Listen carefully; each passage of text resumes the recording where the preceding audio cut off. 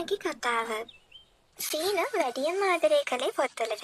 ඒවා කියවද්දී ඔහුට දැනුනේ ලෝකේ හැම දෙයක්ම එයා වටේ තියනවා වගේ.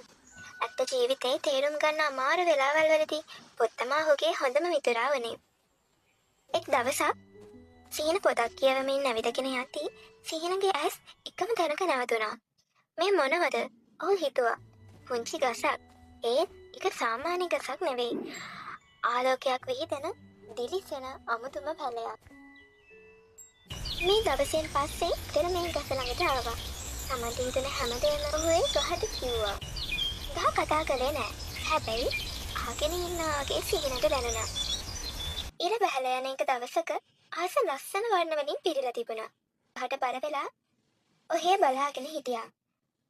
ඒ මොහොත එක් වචනයක්වත් නැතුව හදවත් දෙකක් එකට බැඳුණු මොහොතක් විදියට සිහිනට දැනුණා. හදිස්සියෙම ඔහුගේ වටේට ආලෝකයක් පැතිරුණා. ඊළඟ මොහොතේ සිහින හිටිය වෙනම ලෝකයක. මේක සිහිනයක් නෙවෙයි කියලා සිහිනට හොඳටම තේරුණා. ඒ ලෝකයේ මැද එක ලස්සන කෙල්ලෙක් හිටියා. රත්තරන් පාට, නිල් පාට කෙස් කලබක් තියෙන.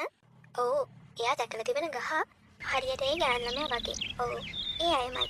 අයි සිනාසමින් සිහින දිහා බැලුවා. සිහිනට තේරුණා පොත්වලින් එයා දැකපු මායාවන් ඇත්තටම ජීවිතයක් තියෙනවා කියලා. හැබැයි ඒක හමු වෙන්නේ ඒක විශ්වාස කරන කුතුහලයෙන් පිරි හදවත් තියන අයට විතරයි.